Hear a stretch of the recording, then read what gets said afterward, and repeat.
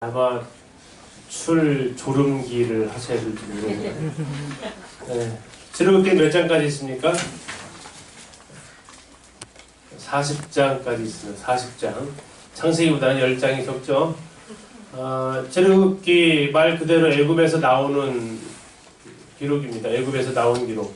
자, 지금 출애굽기부터 신명기까지는 출애굽기 앞에 있는 1장, 2장 초반을 제외하고는 모세가 목격했고 모세가 경험했던 당사자입니다. 창세기는 하나님의 계시에 의해서 그가 쓴 글이라면 이제 이것은 자기가 직접 손으로 만져보고 눈으로 지켜보고 그런 가운데 쓴 책이기 때문에 훨씬 더 현장감이 더 있겠습니다. 어느 글에 보니까 모세를 이렇게 써놨어요. 40년간 모세는 자기가 굉장한 인물인 줄 알았고 40년간 모세는 자기가 아무것도 아닌 것을 배웠고 40년간 모세는 하나님은 아무것도 아닌 사람도 사용하신다는 것을 배웠다. 그 글을 읽으면서 아멘이 돼서 옮겨 적어봤습니다. 처음 40년은 어디서 살았죠? 궁궐에서, 애국 궁궐에서 살았습니다. 당시 세계 최강의 나라였던. 그리고 40년 어디서 살았습니까? 광야에서. 뭐 하며 살았죠? 양치기. 누구 양을 쳤습니까? 누구 양을 쳤어요? 굉장히 불쌍한 사람인데요. 3장 1절을 보면 이렇게 써 있어요.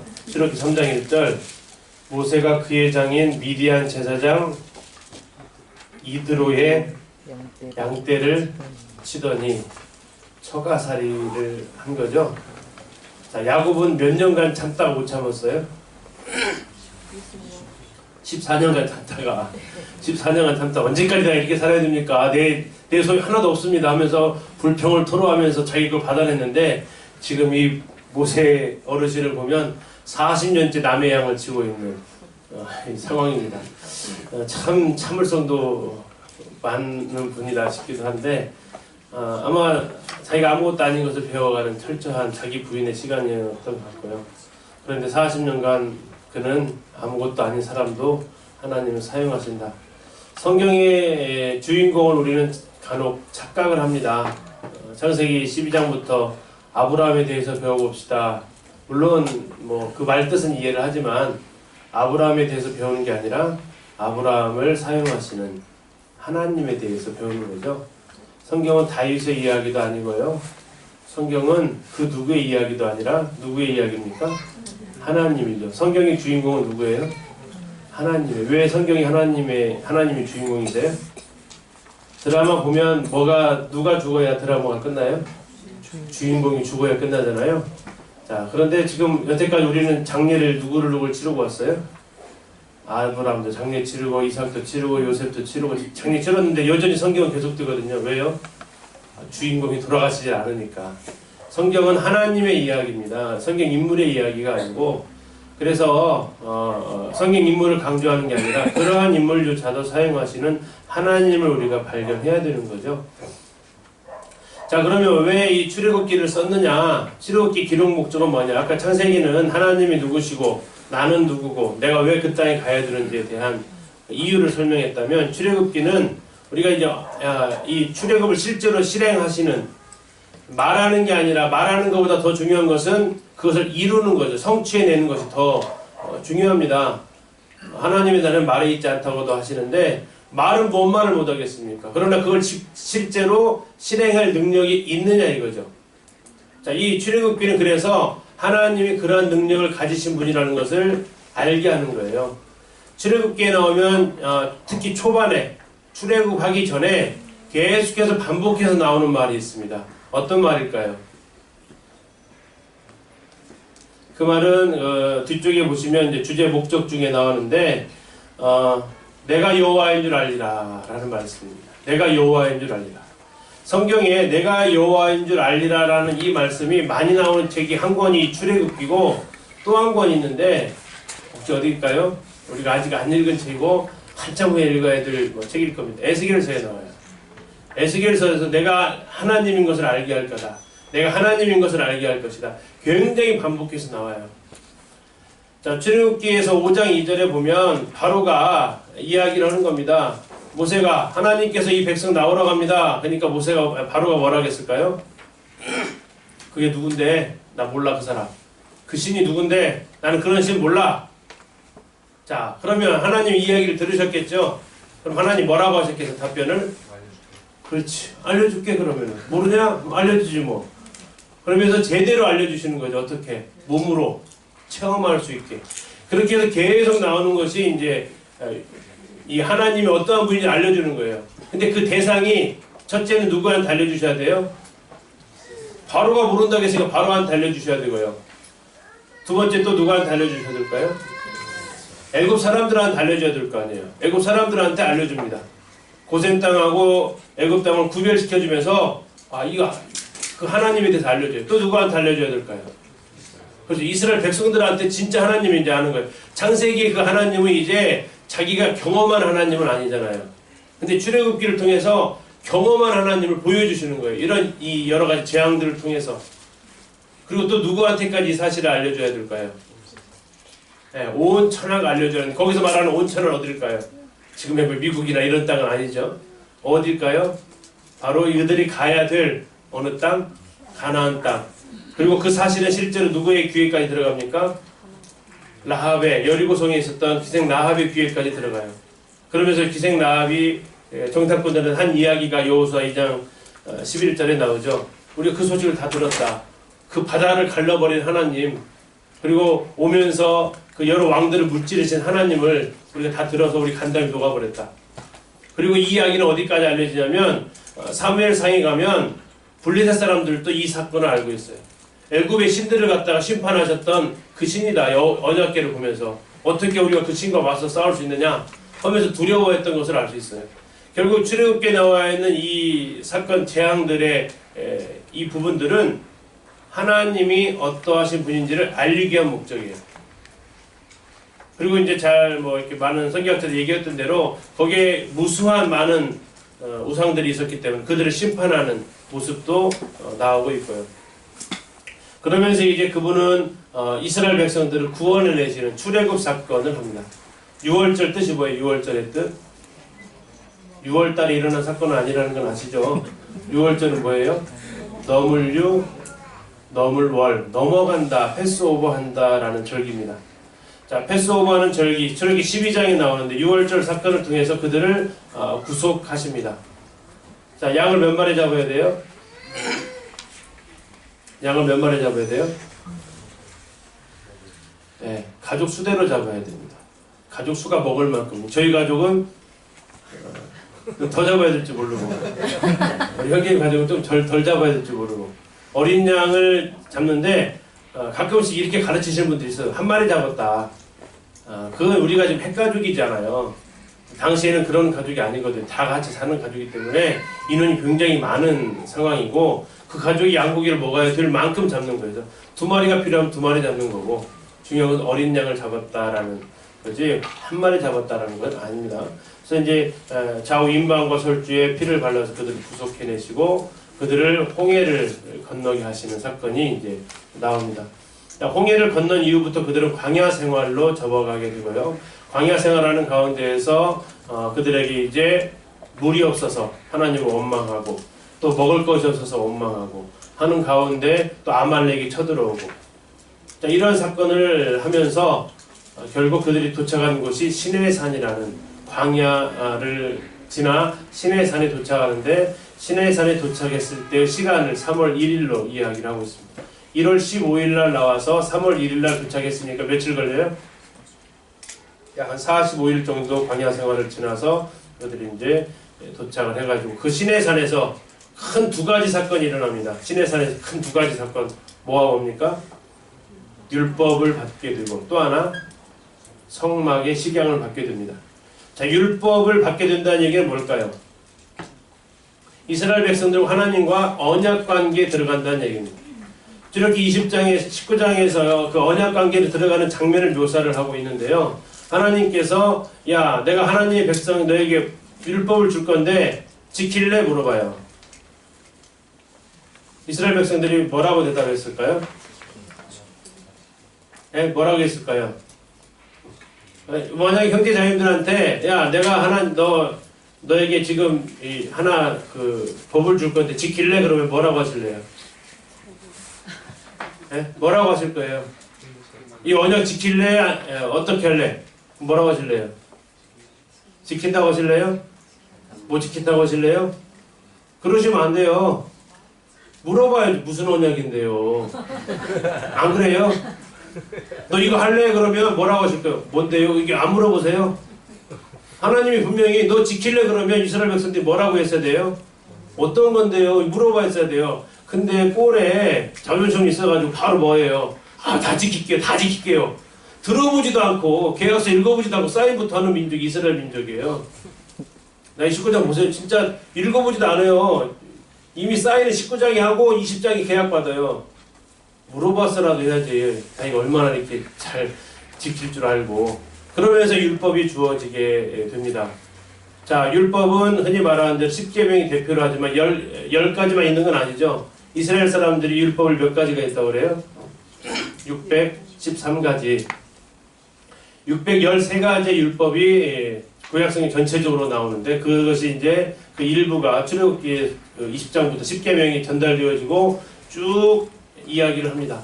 그리고 이제 25장에 가서 또 하나의 하나님께서 모세에게 주시는 것이 그게 뭐예요? 성막. 왜 주셨을까요? 왜 주셨을까요? 함께 하려고. 또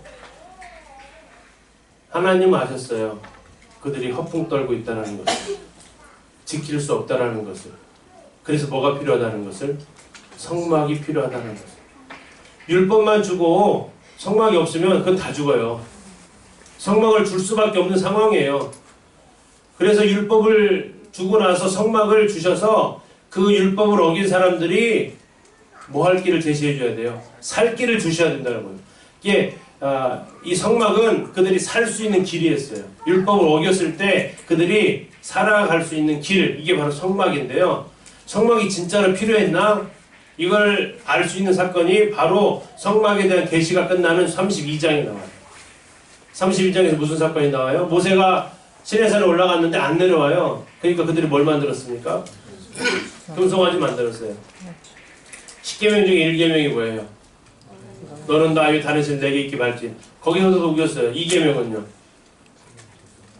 우상 생게 만들지 마라. 바로 또 어겼어요. 3계명은요. 내 이름을 망령도 일컫지 마라. 그게 지금 송아지 만들어 그걸 누구라고 했어요? 우리를 인도한 신이다. 다 어겼어요. 다. 그러니까 그들에게 뭐가 필요해요? 성막이 필요한 거죠. 그들의 율법은 그래서 모세가 가져오면서 그걸 갖다 깨버립니다. 율법을. 이대로 갖다가 다 죽는 거죠. 그래서 하나님께서는 은혜의 성막을 제시를 해주세요. 그들이 살 길을. 근데 아까 우리가 얘기하지만 성막은 어때요? 우리에게 있어서.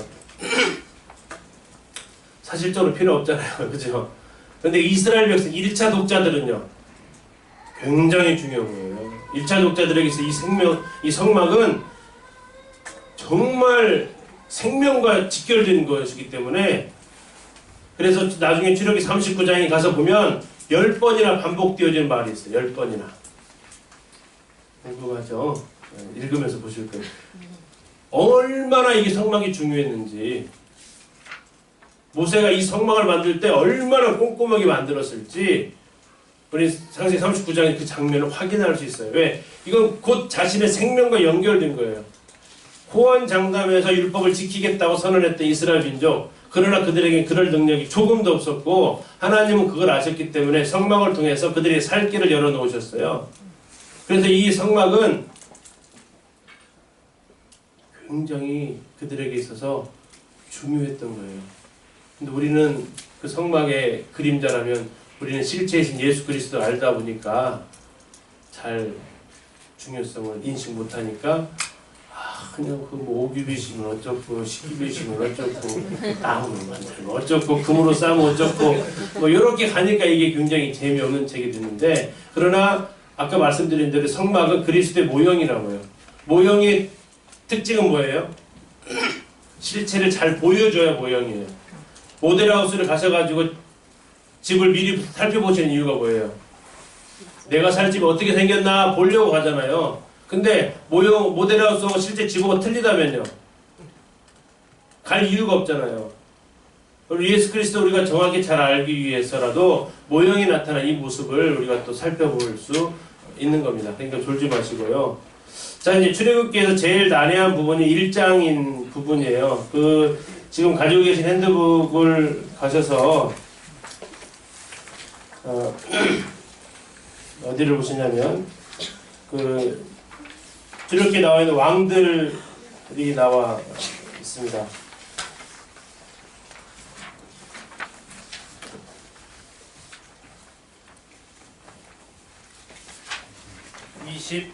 26쪽에 나와 있는데요. 왜 어렵냐면 우리나라처럼 역사에 세종대왕이 그랬다, 세조가 그랬다, 뭐 이렇게 얘기가 나오면 얼마나 쉬워요. 근데 마치 뭐와 같으냐면 왕이 말씀하시기를, 왕이 말씀하시기, 이런 거랑 똑같아요. 그러니까 이 왕이 그 왕 같고 헷갈려요. 바로라는 이름이 아니고 왕이거든요. 왕을 부르, 우리나라식으로 왕이란 말이에요. 그래서 출애굽기 1장을 가서 보시면 8절에 요셉을 알지 못하는 새 왕이 일어났다. 이 새 왕이 누구냐 이거죠. 다음에 15절에 나오는 애굽 왕이, 이 왕은 또 누구고, 22절에 나오는 바로 이게 누구냐, 그 사람이 그 사람 아니냐, 여기서부터 이제 헷갈리기 시작하는데 그것에 대해서 정리해 놓은 좋은 자료가 있어서 지금 거기다 올려 드린 겁니다. 특히 이제 8절에 나와 있는 그 새 왕, 그게 이제 두 가지 얘기를 해요. 이게 힉소스 왕조일 것이다, 아니면 제18왕조일 것이다, 두 가지 얘기를 하는데 우리 교재에서는 18왕조로 좀 얘기를 하고 있습니다. 뭐 그것은 그냥 넘어가도 되는데 바로가 나올 때만 좀 구분을 좀 하셔야 될 것 같아요. 22절에 나와 있는 바로 써있죠. 22절 거기다 그냥 써놓으시는 게 좋아요. 그게 누구냐면 투트모세 1세입니다. 투트모세 1세. 일단 써놓으시고 나중에 좀 설명을 해드릴게요. 그러다가 2장 15절에 가시면 또 누가 나와요? 바로가 또 나오죠. 이 바로는 누구예요? 투트모세 3세입니다. 3세. 투트모세 2세는 빨리 죽었어요. 투트모세 3세. 이 사람이 이제 이 모세를 죽이려고 했던 당시 왕이 되고요. 히브리인 사람들을 굉장히 핍박했던 사람이 투트모세 3세입니다. 그러다가 23절 여러 해 후에 애굽 왕이 죽었대요. 이 죽은 왕이 그럼 누굴까요? 투트모세 3세입니다. 투트모세 3세. 자, 그러다가 4장으로 가셔서 4장 19절에 여호와께서 미디안에서 모세에게 이르시되 애굽으로 돌아가라. 내 목숨을 노리던 자가 다 죽었다. 내 목숨을 노리던 자, 이게 누구예요? 투트모세 3세. 여기까지는 투트모세 3세예요. 자, 5장 1절 그 후에 모세와 아론이 누구한테 갔어요? 바로. 여기 또 바로 또 나왔네. 죽었는데 또 나왔어요. 그러면 이게 다른 인물이라는 얘기. 이는 누구예요? 이 사람이? 아멘호텝 2세. 아문호텝, 아멘호텝 다 비슷한 발음이니까 그냥 그렇게 쓰시면 됩니다. 자, 아문호텝 2세, 모세와 함께 자랐던 왕은 투트모세 3세가 되고, 그 이후에 출애굽 때 왕이 바로 아멘호텝 2세가 됩니다. 투트모세 3세는 모세랑 같이 왕위를 겨루었던 왕이라고 보시면 되고, 여기 아멘호텝 2세는 출애굽 때 10번째 장인 장자의 죽음 때 자기의 큰아들이 죽임을 당했던 왕이 아멘호텝 2세가 됩니다. 그렇게 해서 이 바로에 대해서 좀 구분을 좀 하셔야 되고, 또 이제 이 출애굽 사건에 대해서 굉장히 이슈가 좀 많은 부분이 있는데, 가끔씩 이 잘못된 근거 자료들이 올라와요. 자, 바로가 어디서 죽었어요? 이 아멘호텝 2세가 혹시 들으신 것 중에서 애굽에서 애굽 왕이었던 이 아멘호텝 2세가 홍해에 빠져 죽었습니까? 안 죽었습니까? 죽었어요? 안 죽었어요? 시편에 보면 바로와 그의 군대를 홍해에 던지신 얘기 감사하라 나와요. 죽었어요? 안 죽었어요? 죽은 것 같죠? 안 죽었어요. 그 후로도 좀 살았어요. 출애굽 사건 이후로도 살았어요. 그런데 애굽의 그 왕 바로가 홍해에서 던져서 죽었다. 그러면서 미이라 속에서 쥐가 고기 이빨로 뜯겨 먹은 미이라가 발견됐다.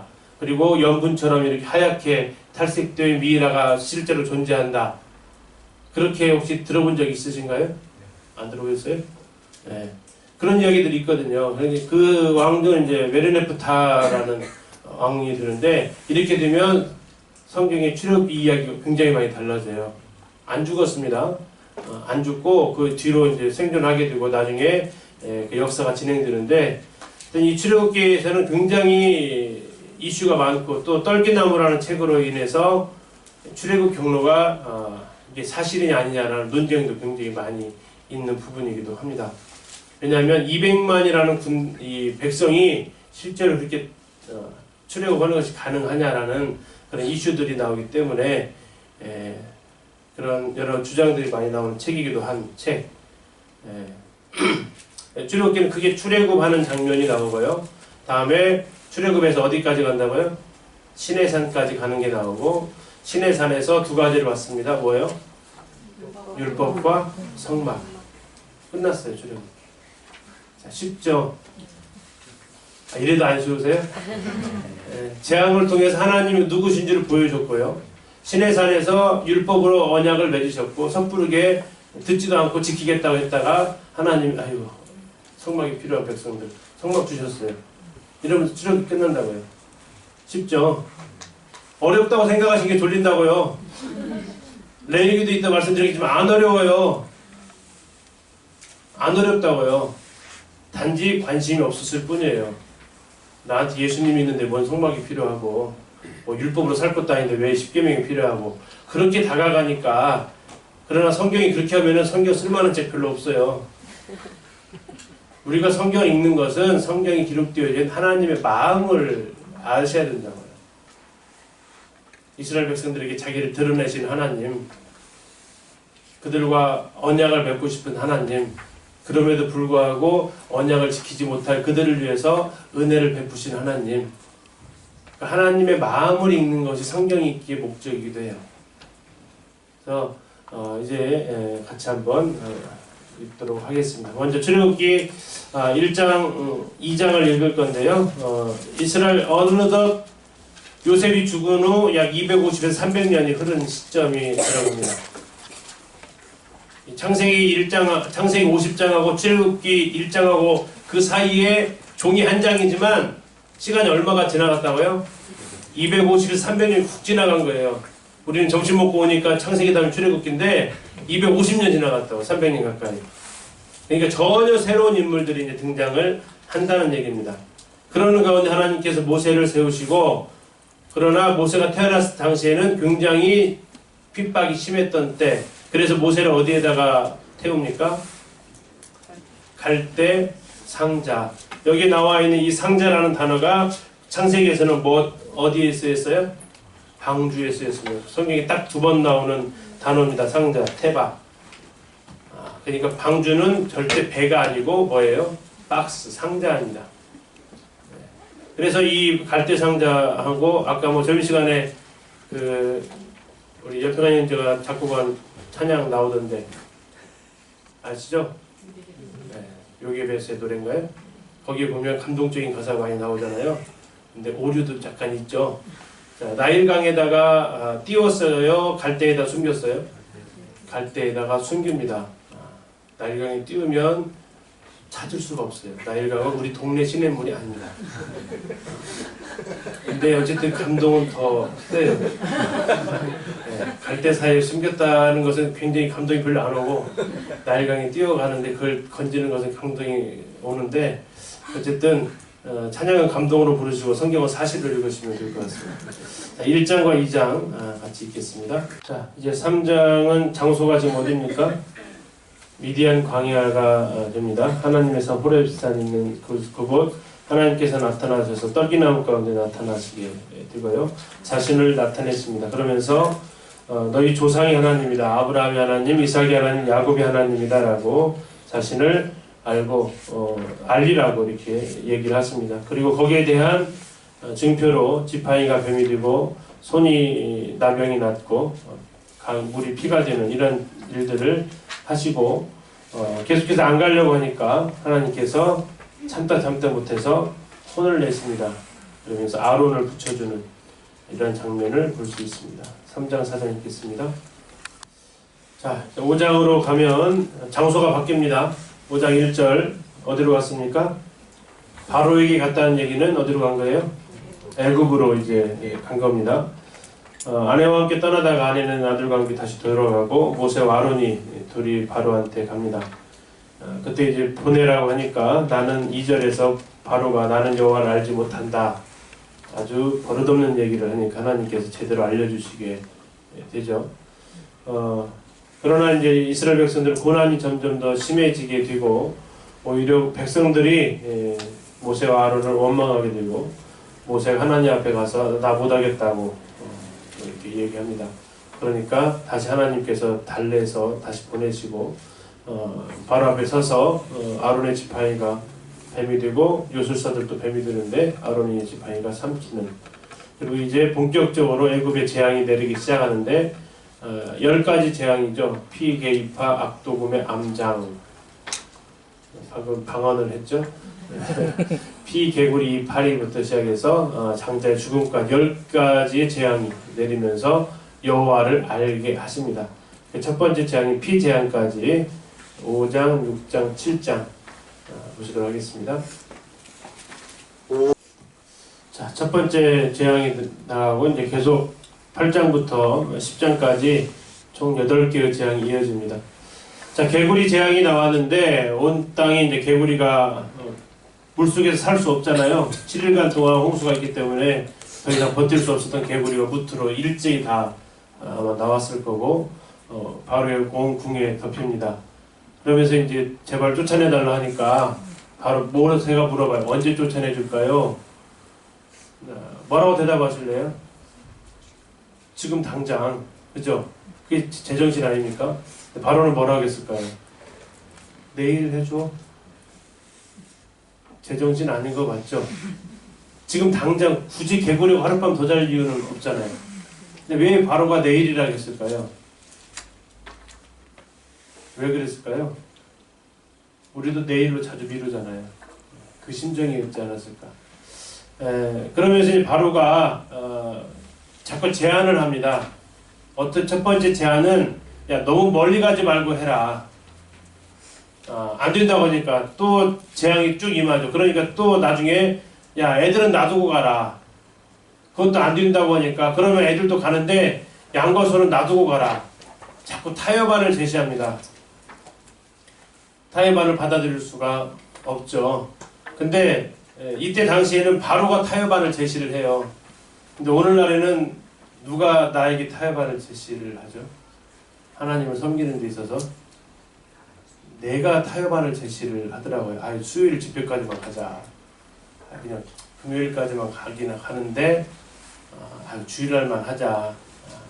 오늘 여기까지만 하자. 섬김의 영역도 내가 제한을 하고 여기까지만 하고 하는 것이 어쩌면 이렇게 내 모습이 보이는지, 이 재앙을 보면서 이 남 얘기가 아니다.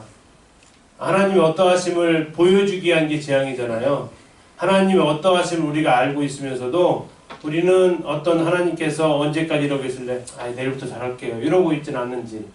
또 내 스스로 하나님 앞에 섬김이나 나아가는 것을 지금 이 정도면 됐지 않아요? 그 정도까지는 굳이 내가 해야 될까요? 이렇게 내가 스스로 영역을 제한하고 있지는 않은지를 생각하시면서 개구리부터 흑암까지 재앙 같이 이렇게 살펴보도록 하겠습니다. 자, 이제 11장에서 마지막 10번째 재앙, 장자의 죽음이 일어나게 됩니다. 왕의 아들부터 가축의 이르기까지 처음 난 것들은 다 죽는데 여기 해당되시는 분들 계시죠? 해당되시는 분들. 저는 막내예요. 저는 해당이 없는데 때를 잘 타고났은 거죠. 6월절 이제 12장에서 나오게 되고요. 6월 14일 날 6월절이 제정이 됩니다. 레위기에 가면 이스라엘의 명절이 나오죠. 7대 명절. 우리나라도 명절 있죠. 4대 국경일이 있습니다. 뭔지 아세요? 절로 끝나는 거 있어요. 절. 빨간 글씨 중에서 절로 끝나는 거. 뭐예요? 3.1절. 다음에요. 제헌절은 안 쉬니까 그냥 빼시고 바로 광복절로 가시는 거예요. 광복절, 그다음에 개천절, 제헌절 네 가지는 국가의 경축일인데요. 이것은 사건이 일어나고 나서 지었어요. 다음에 기념일로 만들어 놓고 사건이 일어났어요. 사건이 일어난 다음에 그걸 기억하기 위해서 하죠. 근데 성경에 나와 있는 이 절기들은 안 그래요. 성경은요, 절기를 만들어 놓고 사건을 일으켜요. 이게 인간 역사에서는 가능할까요? 불가능해요. 근데 하나님의 역사를 주관하시는 분은 절기를 딱 해놓고 그 다음에 사건을 일으켜버리세요. 아, 이게 하나님이시구나 이걸 알 수 있어요. 그리고 이제 실제로 하나님의 말씀대로 장자가 죽게 되고 이스라엘 백성들이 출애굽을 합니다. 이때 나온 것이 장정만 60만 명. 저렇게 1장에서 무수한 남자아이들이 죽었던 것을 계산하면 여자 인구는 이 남자의 수보다 더 많았을 것이고, 그리고 이제 20세 미만은 계수하지 않았기 때문에 그 계수를 하게 되면 약 200만에서 최대 250만까지로 보게 됩니다. 그래서 그 표현을 여호와의 군대라고 이름이 지어집니다. 자, 이때 이스라엘 사람만 나온 게 아니라 누구도 따라 나왔다고요? 네, 수다한 잡족들이 따라 나옵니다. 왜 어떻게 따라 나왔을까요? 여러 가지 이제 그 얽혀서 사는 사람들이 있었을 거고, 하나님이 누군지 알고 따라온 사람들도 있었을 건데, 나중에 그들이 광야에서 불평의 주요 세력이 또 됩니다. 복선이라고 하죠, 이런 것을. 이들이 이제 충동질 해가지고 하나님 앞에 이렇게 범죄하는 것을 빌미를 제공을 합니다. 그리고 이제 이 6월절의 규례는 처음 것은 누구 거다? 하나님 거다라는 규정이 제정이 됩니다. 첫 것은 하나님의 것이다. 이것은 동물뿐만 아니라 나중에 가나안 땅에 들어가서 처음 정복했던 성이 무슨 성이에요? 여리고 성이죠. 1세대가 정복한 성은 아랏이라는 성이지만 2세대가 가나안 땅을 요단강을 건너서 처음 정복한 성은 여리고 성이죠. 처음 정복했기 때문에 하나님께서 여리고 성은 누구 거라고 그래요? 여리고는 내 거다라고 하세요. 아무것도 손대지 마라. 하나님 거니까. 만약에 거기다 손대면 여리고 성과 같이 받쳐진 것이 된다. 그때 손댄 사람이 아간이었죠. 그래서 하나님께서 아간 어떻게 하세요? 죽이십니다. 하나님 것에 손대니까. 첫 것은 하나님 거다. 처음 것은 하나님 거다. 라는 것이 이제 이 6월절의 규례와 함께 실행이 되어집니다. 그래서 이제 11장부터 13장까지 6월절이 진행이 되고 드디어 출애굽하는 사건이 진행이 되겠습니다. 자, 이제 14장으로 들어가면 어디 앞에 서야 돼요? 홍해 앞에 서게 됩니다. 한번 상상해 보셨습니까? 지금 몇 명이라고요? 200만 잡겠습니다. 200만 계산하기 쉽게 200만 잡습니다. 폭이 얼마나 될까요? 홍해를 건너간다고 했을 때 폭을 얼마 정도 건너가야 될까요? 자, 한 사람과 한 사람 사이에 떨어진 거리를 붙어서 간다고 했을 때 몇 미터 잡으면 돼요? 군대 갔다 오신 분들 행진을 할 때 옆 사람하고 거리가 얼마나 떨어져 있어요? 갔다 온 사람이 안 갔다 온 사람이 똑같네. 얼마나 떨어져 있어요? 아마 붙어도 1m 정도 잡으면 될까요? 1m 잡겠습니다. 그럼 1000m면 몇 명 섭니까? 1km면 몇 명 서요? 한 줄에 1000명. 그죠? 자, 1000명이 한 줄로 서서 간다고 생각해 보십시오. 뒤로 몇 줄 나올까요? 200만입니다. 졸지 마시라고 계산하시라고요. 졸지 마시고. 자, 200만 나누기 1000 하시라고요. 얼마 나와요? 예? 2000줄 나올 거예요. 2000줄. 맞나요? 2000줄 나와요. 2000줄이면 1m 잡으면 몇 킬로예요? 2kg 나와요. 2kg. 1인당 1m. 그런데 이것은 그냥 사람만 있는 거고, 뭘 데리고 나오죠? 동물 데리고 나오죠. 그죠? 또 곡식 같은 걸 싣고 나오겠죠? 그러면 뭐가 등장하죠? 수레 등장하죠. 근데 여기는 뭐 이렇게 진열되어 있는 도로 이렇게 닦여 있는 아스팔트 아니죠? 그러면 그 사이즈가 어떻게 2km를 걸어온다 그러면 시간 얼마 걸릴까요? 2km 걸어오시는 시간이 얼마나 걸릴까요? 홍해를 건너가야 된다. 첫 출발에서부터 끝사람까지 2km는 당연히 넘겠죠. 대략 한 4km 정도 잡아야 될 겁니다. 군대 제식훈련 하는 거 아니고 애기부터 할아버지까지 다 건너와야 되고 짐승들 데리고 와야 되고 수레 끌고 와야 되고 그 폭이 얼마나 홍해가 갈라져야 되고 거기에서부터 다 건널 때까지 시간이 얼마나 흘렀을지 우리는 그냥 눈으로 쑥 지나가지만 이게 머릿속으로 그려보시라고. 내가 그 영화 감독이 돼가지고 이걸 찍어야 된다고. 그 10개에 나와 있는 그 장면은 폭이 너무 좁아. 그 좁은 길로 가면 한 100명 섰다 가면 뒤로 몇 줄 서야 되는지 아세요? 10,000줄이 서요. 10,000줄. 그럼 어떻게 될까요? 계산이 안 돼요. 이 출애굽하는 이 관계가 얼마나 이게 웅장했을지 한번 생각을 해보시라고요. 내가 안 갔다고 무관심하지 마시고 내가 그 속에 있다고 생각해 보시면서 13장부터 읽으세요. 졸릴 수가 없겠죠. 자, 그러면서 이제 그 앞에서 모세가 손을 딱 드는데 왜 모세가 손을 들었을까요? 모세가 손을 안 들었으면 갈라졌을까요? 안 갈라졌을까요? 왜 안 갈라졌을까요? 하나님 못 하시는 걸까요? 안 하시는 거죠. 안 하세요. 못 하시진 않아요. 우리가 전도 안 하면 하나님 구원 못 시키시나요? 아니요. 할 수 있어요. 근데 안 하세요. 하나님 우리와 함께 하시고 싶으세요.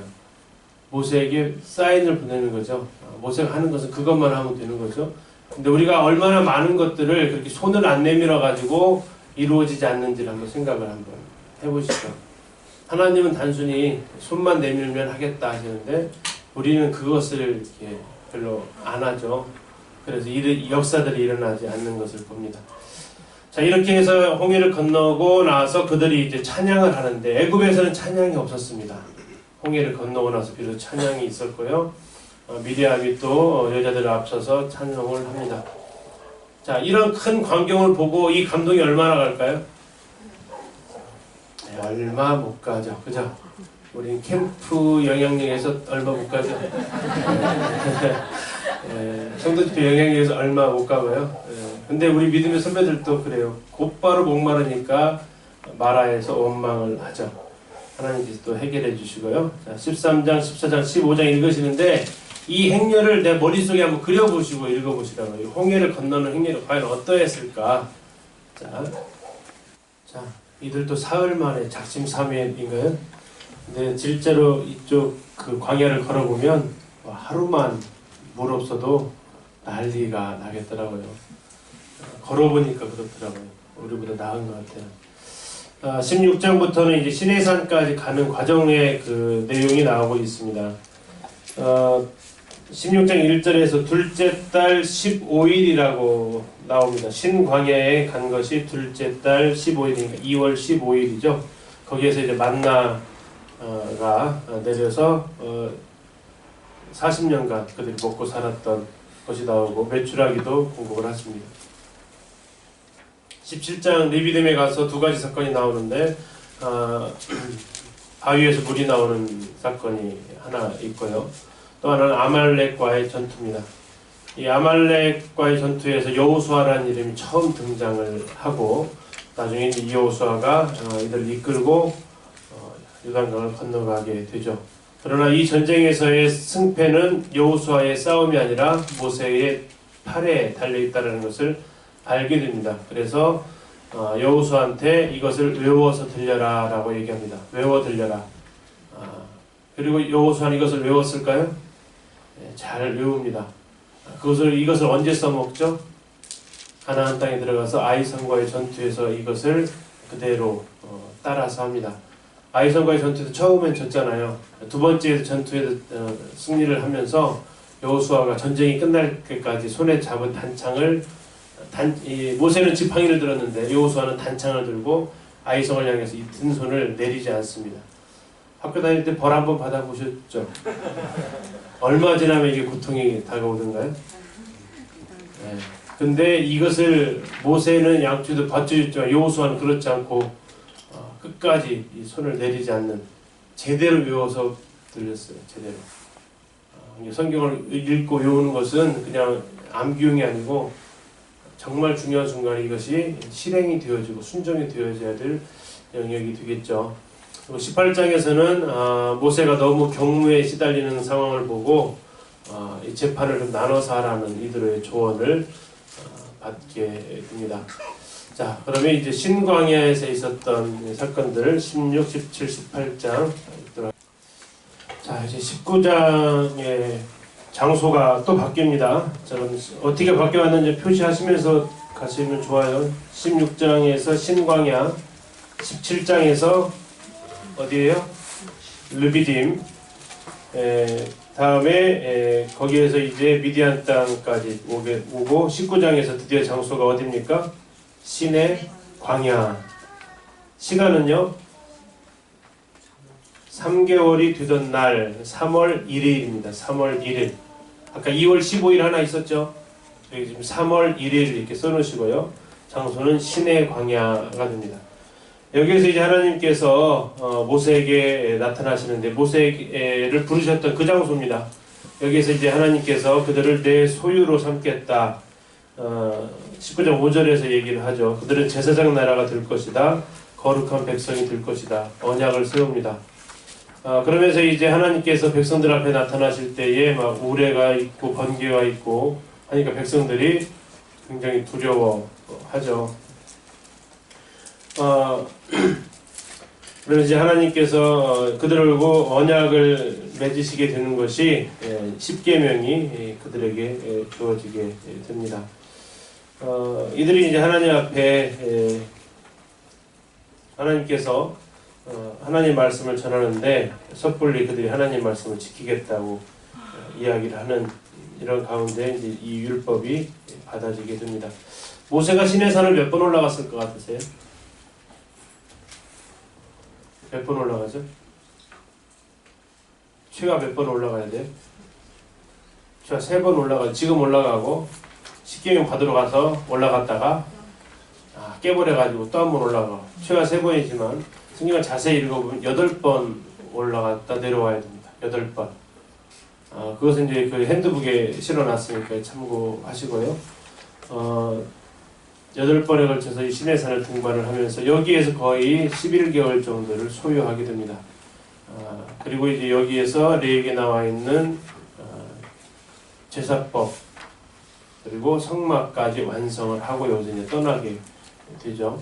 19장하고 20장까지 읽고 좀 쉬겠습니다. 19장 이스라엘 자손이 애굽 땅을 떠난 지 3개월이 되던 날 그들이 시내 광야 이제 20장에서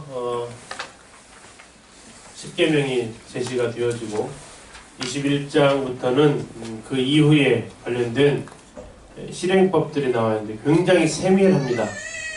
그리고 법을 공부하신 분들은 이 법을 이렇게 공부하면 이게 3000년 이전에 이 정도로 약자들을 보호하는 법은 찾아볼 수 없는 굉장히 섬세하고 또 약자들에 대한 배려가 많이 있고 공의롭고 한 법인 것을 지금의 시점에서 봐도 별로 흠잡을 때 이건 너무 문제인 법이다라고 이렇게 말할 것들 별로 없습니다. 굉장히 잘 만들어진 법으로 보여지고요. 그 법들이 이제 좀 살펴보도록 하겠습니다. 먼저 21장, 22장을 읽으실 건데요. 21장에서는 이제 히브리 사람 같은 민족이 돈이 없어가지고 빚을 져가지고 종으로 삼으면 7년째에는 자유롭게 해라. 그러나 그가 원하면 문설주에다 귀를 뚫고 평생 종으로 자원함을 할 수 있다. 그리고 여자가 종으로 삼으려면 그에게 꼭 3가지는 공급을 해줘야 된다. 당시 예수님 시대에도 그랬지만 여자는 사람 숫자로 계산할 때 안 들어갔잖아요. 그런데 여자 노예는 어떻게 했어요? 그렇듯 하물며 그럼에도 불구하고 그 여자 노예들까지도 섬세하게 챙기시는 모습을 볼 수 있습니다. 다음에 폭행에 관련된 죄, 이때 뭐 유명한 거죠. 눈은 눈으로, 이는 이로. 그 법은 어떠신 것 같아요? 괜찮은 것 같아요? 좀 너무 심한 것 같아요? 눈은 눈으로, 이는 이로. 당시에는 어떤 날을 봐야 돼요? 지금의 상황이 아니라 당시에는 우리나라에 이런 속담 있죠. 가는 방망이 오는 홍두깨. 나는 방망이를 때는 저쪽에서는 막 요만한 홍두깨로 이제 나를 응징을 하잖아요. 이게 뭐 오래된 옛날 얘기도 아니고 지금도 학교에서는 손으로 아이들끼리 때리면 그 다음 아이는 날라오는 것은 발이 날라오거든요. 똑같이 손으로 때렸으면 손으로만 때리면 괜찮은데 아니거든요. 그 더 응징하는 하나님 거기에 대해서 그 이상 복수하지 말 것을 하시는 겁니다. 상당히 수준이 있는 내용이고요. 사람을 속아 받으면 어떻게 해야 되느냐, 다음에 도둑질했을 때는 어떻게 해야 되고, 무당들은 어떻게 해야 되느냐, 빚을 지면 어떻게 해야 되느냐, 이런 것들에 대해서도 굉장히 세밀하게 율법이 제시를 해주고 있습니다. 21장, 22장 같이 보도록 하겠습니다. 23장의 법이 좀 더 소개가 되고요. 뭐 뇌물이나 이런 것까지도 상세하게 얘기합니다. 다음에 이제 그 종교적인 것과 관련되어서 안식년과 안식일에 대한, 또 지켜야 될 명절에 대한, 또 우상 숭배나 그 우상의 문화에 대한 것들, 이런 것들에 대해서 23장에서 계속 법률이 제공이 되고요. 24장에서는 이제 하나님께서 다시 아론과 두 아들들을 함께 데리고 오지만 그들은 좀 멀리 있고 모세하고만 독대하시면서 여기에 대해서 말씀을 하고 계십니다. 이런 것들 다 계산해 보니까 모세가 시내산에 올라간 것이 한 8번 정도 계산이 되고요. 거기에서 이제 70명의 장로들도 함께 올라가서 거기서 먹고 마시는 장면을 보여주고 있고, 그곳에서 40주야를 있으면서 이 계명을 받아오게 되고 성막의 식양을 받아오게 됩니다. 23장, 24장 읽겠습니다. 율법에 이은 성막을 하나님께서 제시를 해주십니다. 성막을 짓는 목적은 25장 8절에 있는 대로 내가 그들 중에 거하겠다라는 겁니다. 그들 중에 거할 성소를 그들이 나를 위해서 지어라. 하나님께서 거하시는 지성소의 사이즈가 얼마나 될까요? 지성소의 사이즈. 예배당만 할까요? 이 예배당 홀? 턱없이 작죠? 그러면 우리 안방만 한가요? 우리 안방. 안방의 크기는 다 다르기 때문에 한번 재보십시오.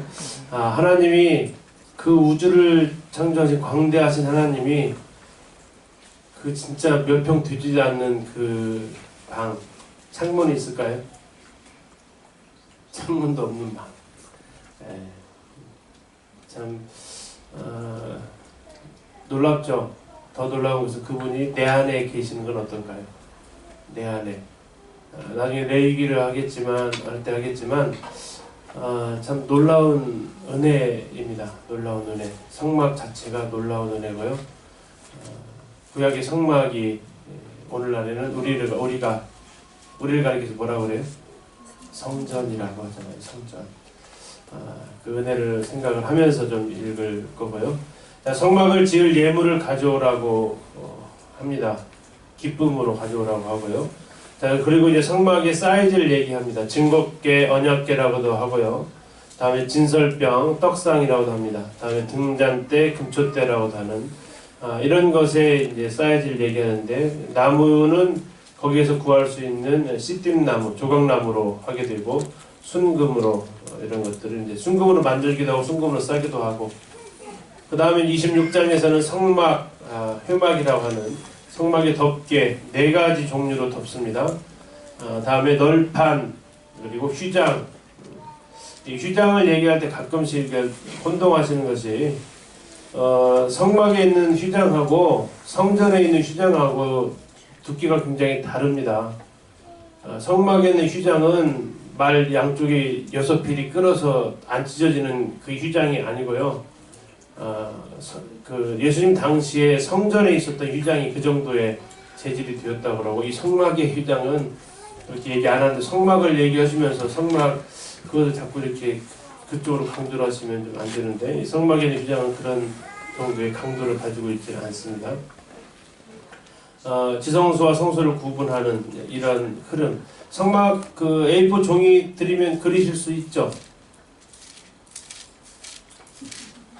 너무 무리한 요구를 한번 그려 보셔야 되는데, 이따가 뒷부분에 실행 단계에서 한번 같이 확인을 해보도록 하겠습니다.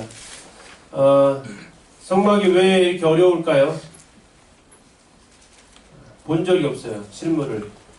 근데 이제 실물을 이스라엘이나 우리나라에도 실물이 있습니다.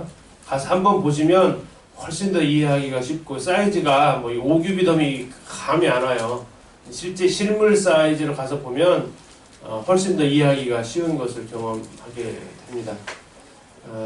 그리고 이제 각각의 그 무슨 의미가 있는지는 뭐 그것을 지금 핸드북에 있으니까 그걸 참고를 하시고 잘 아시는 대로 전부 다 예수 그리스도를 나타내주고 들어가면서부터 있는 번제단부터 시작해서 마지막 지성소까지 일자가 되어지고 금초대와 떡상이 가로가 되어져서 십자가를 그대로 보여주는 것이 또한 성막이기도 하죠. 먼저 25장, 26장을 보면서 제일 성소 안에 있었던 제일 중요한 세 가지죠. 증거계, 다음에 진설병, 금초대, 그리고 그것을 보관하기 위한 성막, 이것을 보도록 하겠습니다. 7장에서는 이제 번제단을 만듭니다. 놋으로 싸우고, 놋은 심판의 상징으로 보여지죠. 자, 이렇게 되면 이제 성막에 들어가면 제일 처음에 문 열고 들어가면 뭐가 있어요? 번제단. 지금 그걸 이제 27장에서 만들 거고요. 그 안에 그 앞에는 물두멍이 있습니다. 물두멍. 여인들의 거울로 만들었던. 그리고 이제 그 안에가 건물이 하나 있죠. 그 앞에가 성소. 아니, 성소에 기물이 몇 개 있어요? 3개. 들어가서 오른쪽에 떡상이 있죠. 12개의 떡이 있고 그 맞은편에 촛대가 있습니다. 그리고 그 정면에 분향단. 분향단은 30장에서 만들 거예요. 그리고 그 분향단이 이제 대속죄일날, 레위기 16장에는 대속죄일날은 그 분향단이 지성소 안으로 들어가게 됩니다. 그래서 연기로 향을 가득 채워서 제사장들이 대제사장의 죽음을 면하게 하고 그 안에 있는 것이 언약궤, 증거궤라고 하고 증거궤 안에는 뭐가 있습니까? 계명, 돌판이 있고 다음에 만나 담은 항아리가 있습니다. 그리고 이제 민수기 가면서 하나가 더 추가가 되죠.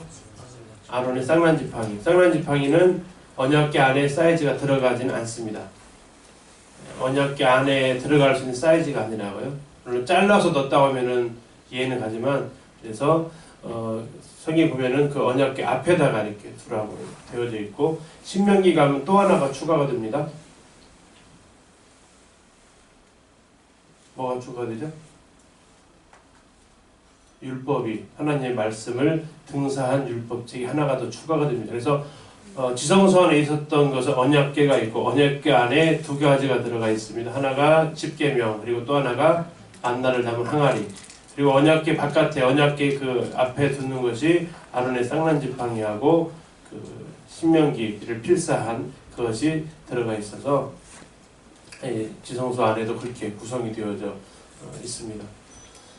이제 27장에서 제단을 만들고 지금 이제 뭐뭐 만들었는가를 좀 확인하고 가셔야 돼요. 언약궤 제일 중요한 거 성막이라는 것 자체가 언약궤 때문에 만들기 때문에 언약궤 하나님 임재를 나타내는 거 만들고 다음에 성소에 있었던 2가지 진설병과 등잔대, 금초대 만들고 이제 이것을 보관하게 될 성막 덮게 하고 널판 휘장을 해서 하고 바깥으로 나와서 번제단 만들고 다음에 성막 전체를 세마포 휘장으로 두르게 되죠. 그걸 뜰이라고 하고요. 그 다음에 이제 등불을 관리하는 그 올리브유입니다. 감람유라고 나왔는데 감람나무와 올리브나무는 좀 다릅니다. 그러나 어쨌든 우리나라에는 올리브가 없죠. 감람으로 중국 성경으로 표현한 것 같은데 올리브입니다. 등불을 관리하였고 성소 안에는 창문이 없기 때문에 유일하게 제사장들이 그 안에서 일을 하려면 필요했던 것이 불이잖아요.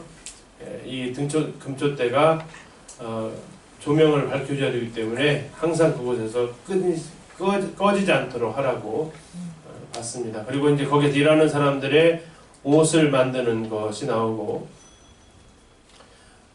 특별히 그 잘못 알려진 그 제사법이 대제사장이 어디를 들어갈 수 있죠? 지성소 몇 번 들어가죠? 하루 들어갑니다. 하루 몇 번 들어갑니까? 최하 3번 들어갑니다. 그날만 3번 정도 들어가게 되어 있고요. 들어갈 때 뭔 입고 들어가죠? 세마포 옷을 입고 들어가요. 근데 이제 이 가끔씩 그 잘못 전달되어진 것이 그 들어갈 때 잘못하면 죽잖아요. 그래서 죽었나 안 죽었나 알기 위해서 방울 소리가 나게 방울을 달아놨다 하는데, 방울 달린 옷은 세마포 옷이 아니거든요. 대제사장 에봇만 방울이 달려 있어요. 그래서 또 심지어는 거기다 하나 더 달죠. 만약에 죽으면 어떻게 해야 돼요? 꺼내 나와야 되는데 들어가서 못 꺼내 놓으니까 어떻게 한다고요? 발목에다가 끈을 묶어 둔다고 그래요. 그래서 죽으면 밧줄로 당긴다. 소설입니다. 성경에는 전혀 없는 이야기들이고요. 들어갈 때부터 방울 달리는 옷은 못 갖고 들어가요. 세마포를 완전히 갈아입어야 됩니다. 이제 그 옷이 나와 있어요. 즉 대제사장의 옷이 나올 때 그것을 좀 보시면 되고, 대제사장에게 있는 특별한 복장, 이스라엘 12아들과 우림과 둠밈이 것을 볼 수 있습니다. 그리고 이제 제사장 직분을 지금까지는 모세가 이런 모든 것을 했는데, 이걸 누구에게 이제 위임하냐면 아론에게 위임을 하고, 나중에 레위기에 가서 보시면 이 위임하고 얼마 안 돼 가지고 나답과 아비후가 죽어버립니다. 아까 24장에서 나답과 아비후 이름이 잠깐 나왔어요. 아론과 두 제사장이 함께 오라고. 근데 그 역할을 얼마 하지도 못하고 이제 죽게 되는 일이 벌어지게 되죠. 자, 27장부터 29장까지 성막 그리실 수 있는 분은 그리면서 읽으시면 좋을 것 같아요. 자, 30장에서 드디어 분향단, 성도들의 기도라고 알려져 있습니다. 그리고 분향단에 사용할 향들의 제조법도 제시가 되어져 있고요. 다음에 이제 회막 공사에 사용되어질 기금이죠. 속전 반세겔씩 내라고 하고, 다음에 여인들의 거울로 만든 물두멍, 성막 중에서 유일하게 사이즈가 안 나타난 것이 이 물두멍만 사이즈가 나타나 있지 않습니다. 그리고 이제 누가 이것을 주관하게 할 거냐? 부살렐과 오홀리아비라는 두 장인을 세워서 일을 하도록 하셨고요. 다음에 이제 하나님께서 제정하신 절기가 7개의 절기와 안식일이 있는데, 그 중에서 제일 중요한 절기가 뭐예요? 제일 중요한 절기? 안식일이죠. 왜 그게 제일 중요합니까? 그것은 어겼을 때의 벌을 보면 알아요. 어겼을 때의 벌. 안식일을 어겼을 때의 벌이 뭐예요? 죽음이죠. 그만큼 하나님께서 중요하게 보신다는 거고요. 나중에 그 의미에 대해서 십계명 속에다가까지 하나님께서는 강조를 하십니다. 그리고 이제 증거판, 드디어 이제 이 증거판 때문에 성막을 지금 지은 건데, 마지막에 증거판이 소개가 되어지고 있습니다. 자, 이제 32장에서 드디어 모세가 내려옵니다. 두 가지 받았다 하겠습니다. 뭐가 받았어요? 증거판하고 성막의 식양을 받아가지고 내려옵니다. 자, 32장 시작이 이렇게 합니다. 백성이 모세가 산에서 내려오미 더딤을 보았다. 며칠 걸렸죠? 40일을 걸립니다. 40일 만에 내려오니까 안 내려오는 거죠. 그래서 그들이 이제 인도할 신을 만들게 됩니다. 그러면서 그들이 만들었던 신이 뭐예요? 송아지를 만듭니다. 송아지. 이 송아지는 어디서 나왔을까요? 애굽의 신이었습니다. 애굽의 신. 하토르라는 신, 아피스라는 신, 전부 다 애굽에 있는 황소와 관련된 신들. 거기서 보았던 것들, 노예 생활하면서 봤던 신을 만드는데, 그러면서 그것을 가지고 이게 우리를 인도한 신이고 이게 여호와다라고 여호와를 망령되이 걷고 있음을 보게 됩니다. 이때 이제 모세가 내려와서 돌판을 깨고 하나님 편에 설 사람을 택하는데 누가 서게 돼요? 레위 자손이 여기에 서게 됩니다. 창세기 49장에서 레위 자손을 야곱이 축복 하여튼 했죠. 분량대로. 그때 뭐라고 했는지 혹시 아세요? 축복이 아니라 거의 저주에 가까운 말을 합니다. 근데 그 저주가 여기에서 해결이 돼요. 레위 자손은. 하나님 편에 서면서 레위에게 걸려 있었던 야곱이 내렸던 그것이 해제가 되면서 오히려 하나님께 바쳐진 사람들이 되는데, 일부는 야곱의 예언대로 또 이루어져요. 창세기 49장에 보면 레위 자손은 이스라엘 민족 중에서 흩어져 살아야 된대요.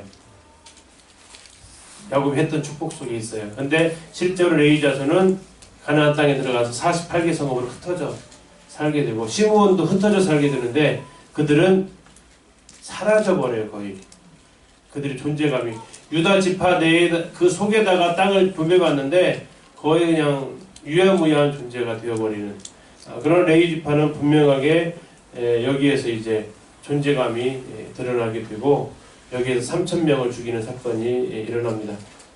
성령이 내려오신 날에는 구원받는 사람이 얼마가 있었어요?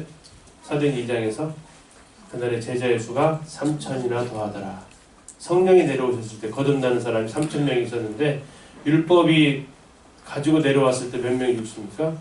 동일하게 3,000명이 죽습니다.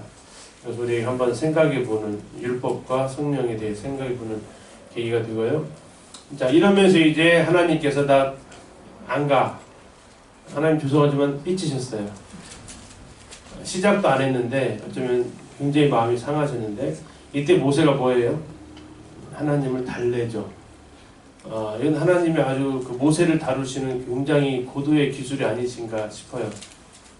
모세를 다루시는 하나님이 이때 지금 어쩌면 하나님이 모세를 설득시켜야 될 상황이 될 수도 있었던 것 같아요.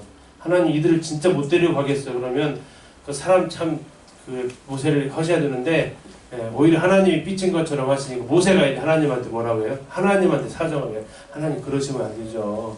하나님 능력 없어가지고 광야에서 몰살시켰다고 하나님 일이 뭐가 됩니까 하면서 그래서 하나님이 마지못해 갖게 이렇게 하시는 그 장면을 보면 참 씁쓸하기도 하고 또 참 감사하기도 하고 하는 장면이 이어집니다. 결국 이제 첫 번째 돌파는 누가 깎았죠? 누가 썼어요? 하나님이 쓰셨어요. 깎는 것은요? 하나님이 깎으셨어요. 첫 번째 돌파는. 두 번째 돌파는요? 모세가 깎아가지고 올라가고 똑같이. 그리고 쓴 것은요? 하나님이 쓰십니다. 두 번째 돌판이 새겨지는데 그리고 그것을 갖고 내려왔을 때 모세가 아주 빛나는 모습.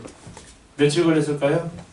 40일 또 40일을 주야를 흩어서 금식하면서 다시 하나님과 언약을 맺게 됩니다. 자, 하나님의 마음도 읽어보시고 모세의 마음도 읽어보시면서 아까 19장에서 보셨어요? 우리가 다 지키리이다? 보셨어요? 막 빠르게 지나간다 막 훌쩍 넘어가는 건 아니시죠? 그거라도 찾으시라고 지금 이렇게 단어들을 짚어드리는 거니까 다 지킨다고 했는데 지키지 못할 뿐만 아니라 아주 심각한 상황까지 가게 되고 이래서 성막이 필요하구나 하는 것을 인정하게 됩니다. 읽겠습니다. 자, 이제 35장부터 이제 성막을 만들게 됩니다. 성막을 만들 때는 25장에서 성막을 설명하실 때하고 순서가 달라요. 한번 이제 생각해 보세요.